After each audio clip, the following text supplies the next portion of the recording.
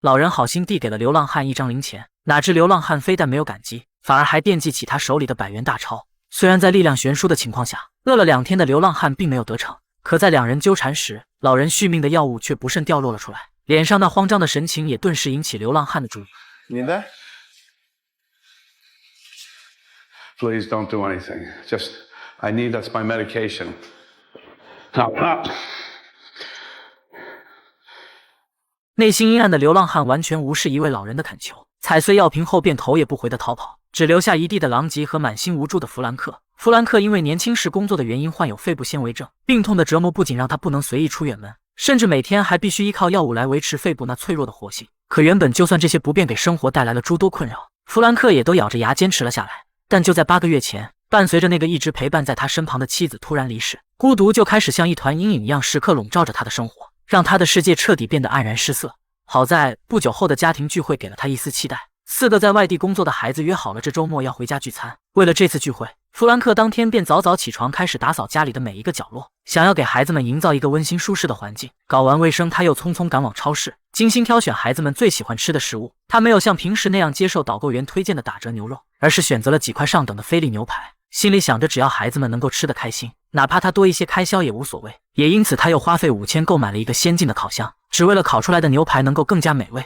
最后他还来到酒水区，挑选了几瓶孩子们喜欢喝的红酒，脑海里也开始憧憬着一家人围坐在餐桌前举杯畅饮的温馨画面。他用心地准备着每一个细节，不放过任何一个可能让这次聚会变得更加完美的环节。终于在夜幕降临的时候，他将一切都准备就绪。然而正当他满心期待孩子们的到来时，小儿子的电话却突然打破了这份美好。电话那头儿子满是歉意地说，因为乐团临时增加了演出任务，所以他没办法回来了。弗兰克听后强忍着内心的失落，一边说着没关系，一边还打趣说对方没口福，吃不上他特意准备的上等牛排和美酒。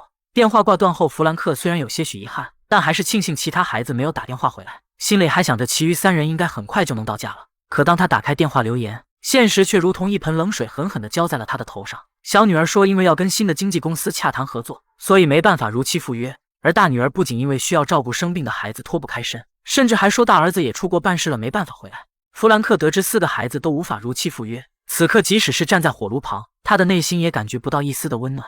看着镜子中苍老的自己，弗兰克不知道这辈子还有没有机会再见到孩子们。于是在这样的打击下，一个大胆的计划突然在他心里悄然生根。他来到医院找到平日里的主治医生，谎称自己的药不小心掉进洗手盆里打湿了，让医生又重新给他开了一个疗程的药片。有了保障后，弗兰克立马回家开始收拾行李，心想着既然孩子们都不来看他，那他便亲自去与孩子们再见上一面。在去往大儿子所在城市的火车上，弗兰克向对座女孩炫耀自己的孩子们，他们有的成了乐团指挥家，有的成为了画家，还有舞蹈家以及企业家，而这些都是他靠给窗外那些电线图保护层一米一米养育出来的。即使他的肺部出现问题，也是因为长期接触保护层上的聚氯乙烯导致的，但他却从未因此感到过一丝不值。经过8个小时的漫长车程，弗兰克终于抵达大儿子的住所。他迫不及待地按下公寓门铃，可等待了许久，对讲机里却始终没有传来期待中的声音。无奈他只能像个忘带钥匙的孩子一样坐在台阶上，落寂地等待那个思念已久的身影出现。可惜的是，直至等到凌晨，弗兰克也没能如愿见到儿子，最终只能拖着疲惫的身体先去寻找休息的地方。途中他看到一个画廊，其中有一幅正好是大儿子戴维的画，这不由让他想起对对方儿时的教导。 What are you gonna do when you grow up, huh?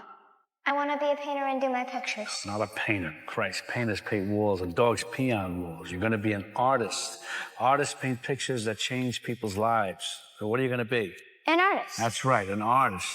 弗兰克目光久久凝视着儿子的那幅作品，仿佛能从画中看到对方努力创作的身影。而在这寂寥的夜晚，这幅画也算是给了他那颗逐渐冷却的心些许慰藉。在24小时餐厅勉强度过了一夜，弗兰克再次来到儿子居住的公寓前，在一个女住户的帮助下，这次他终于成功进到了里面。可惜的是，在房门前敲了许久，却依旧得不到任何回应。很明显，大儿子此时并没有在家。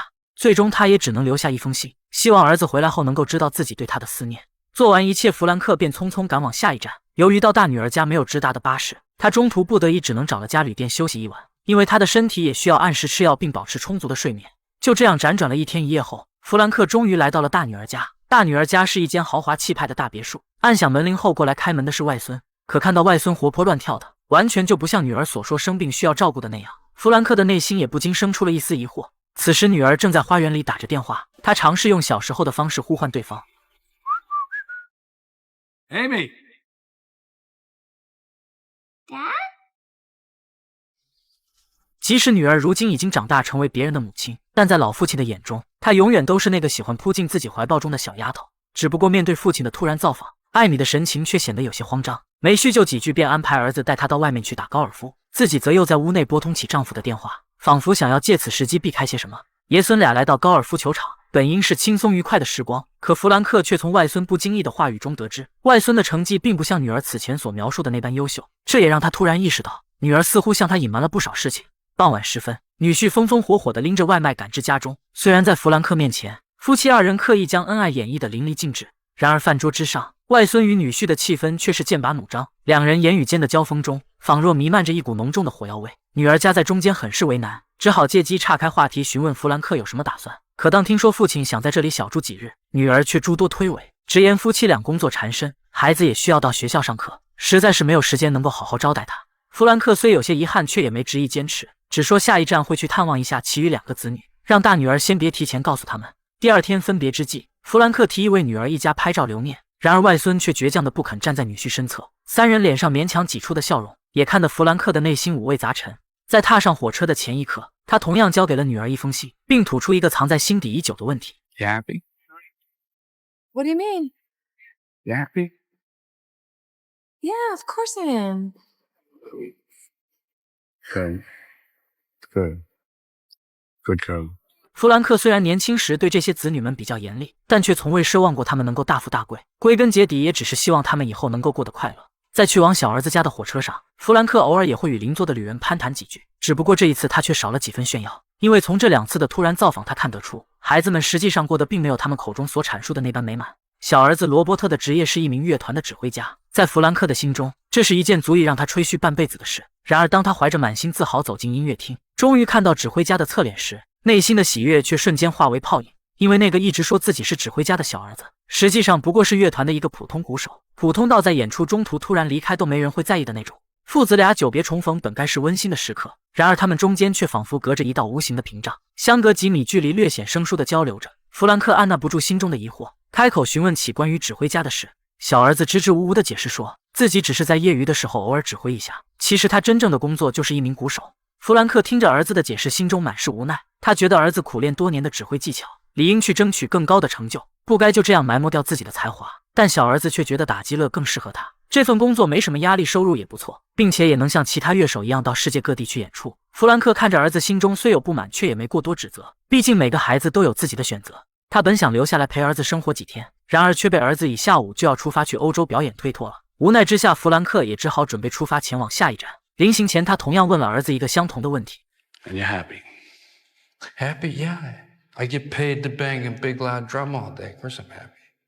得到儿子肯定的回答，弗兰克原本失望的内心也算是多了一丝欣慰。出门前，他忍不住回过头看了一眼，在他眼里，对方永远是那个有些叛逆的臭小子。虽然只是短暂的重逢就要别离，不过弗兰克也在儿子的骨上留给了他一封信。那封信里写着一位父亲不知该怎么开口的千言万语，而儿子心里同样也是放不下父亲。他一路偷偷尾随着弗兰克直到车站，还把行程透露给了妹妹，让对方一定要提前到车站接待父亲，仿佛只有这样才能让他的内心稍微踏实一些。因为实际上他根本就没有所谓的演出安排，只不过是如今长大之后，实在是不知该怎么与父亲相处。当弗兰克来到中转站，已是深夜，寂静的候车室只有他孤独的身影。就在他满心以为班车即将抵达时，工作人员却带来了一则不好的消息。原来他所等待的班车早已出发，由于时差的缘故，他的手表慢了整整2个小时。幸好在工作人员的介绍下，弗兰克搭上了一辆顺路的卡车，这才让他在天亮前顺利抵达最近的火车站。可也就是在这里，弗兰克遇到一个与自己儿子年纪相仿的流浪汉。出于善意，他本想帮一帮这个年轻人，没想到却弄巧成拙，暴露出了对方的贪婪。他活了70多年，也算是第一次重新体会到了人性的阴暗。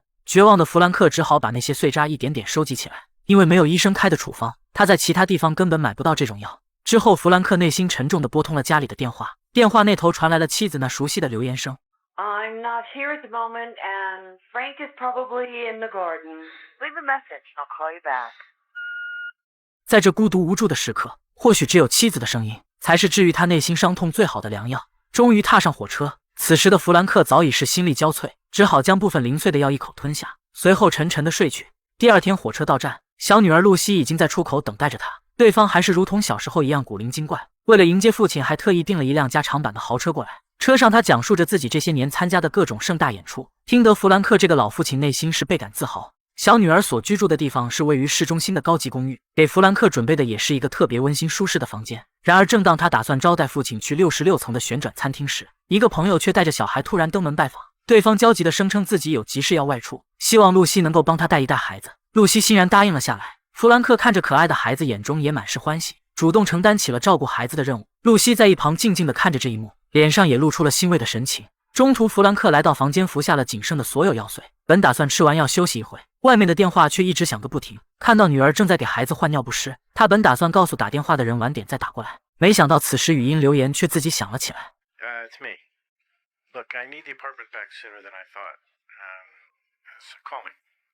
听完这些，弗兰克的内心顿时五味杂陈。他意识到自己的出现似乎给女儿添了不少麻烦，于是他找到女儿取消掉了高级餐厅的计划。两人一边在家照看孩子，一边简单吃了顿很久都未曾一起吃的晚饭。为了照顾女儿的脸面，弗兰克没有提起电话留言的事，而是告诉对方自己所带的药已经不够了，因此明天就得回去。露西听完还想做出挽留，但为了不给女儿继续增添麻烦，弗兰克还是做出了拒绝。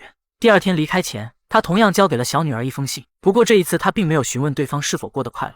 从这几天与孩子们的相处中，他心里早已有了答案。由于所有药都吃完了，弗兰克只能乘坐飞机以最快的速度赶回去。然而不巧的是，途中刚好经过一片雷云，飞机产生了颠簸，让他感到十分不适。他来到卫生间，试图用冷水让自己保持清醒，可当空姐意识到不对，强行打开门时，他也已经因为呼吸困难彻底昏迷了过去。等他再次醒来，已经是在医院的病床上。可笑的是，直到他病倒了，一家人才有机会团聚，只不过始终还是没有见到大儿子戴维的身影。看出父亲的疑虑，艾米还试图说些什么，然而却被弗兰克直接出言打断了。通过这几天的观察，他看得出孩子们都喜欢将不好的事情隐瞒下来，比如大女儿艾米的婚姻其实并不幸福，不仅因为女婿与外孙的关系不融洽，试问一个事业有成的男人，怎么可能2天穿着同一套衣服去上班？很显然，夫妻俩早已离婚分居，对方在这个家连一套换洗的衣服都没有。而小儿子罗伯特更是故意躲着自己，他其实早在门口看过乐团的行程海报，上面最早的演出时间还是在1周以后，并且也根本就没有通知要去欧洲的安排。最后，小女儿露西，朋友让帮忙照看的孩子，实际上就是他自己的，只不过是为了向父亲隐瞒未婚先孕的事实。弗兰克能够理解孩子们报喜不报忧的做法，但在大儿子戴维的事情上，他不希望孩子们还继续瞒着他。看出父亲似乎已经预感到了什么，艾米也只好将真相说了出来。原来戴维这些年过得并不如意，不仅事业上有着诸多压力，就连感情生活也是备受波折。几个月前母亲的去世则令他更为伤心，最终他因服用过量的违禁品不幸去世。弗兰克得知儿子的遭遇，悲痛欲绝，他最后的期望终究还是破灭了。No, not my son. That's not my son. No. 深夜外面风雨交加，弗兰克在半睡半醒间梦到了戴维来与他做了最后的告别。戴维不停地说着对不起，说自己没能成为父亲期望的样子，而弗兰克也意识到自己这些年对孩子的要求过高，孩子过得不好实际上也与他的严格有着脱不开的关系。 David. I'm sorry. It's not your fault, Dad.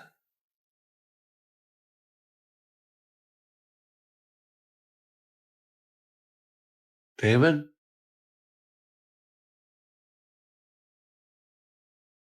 David?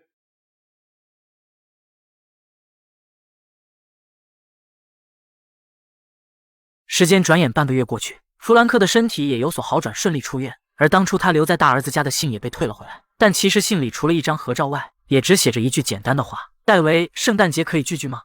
只可惜如今已是阴阳两隔，这个希望也成了弗兰克永远的奢望。怀着沉重的心情来到妻子长眠的墓前，弗兰克述说起自己的万千思绪。他正视了自己和孩子们的沟通问题，意识到自己在教育孩子时太过自我。如果时光能够倒流，如果一切可以重来，他只希望孩子们能够快快乐乐的成长，绝不再干涉他们的选择，未来的路也会由着他们自己去闯。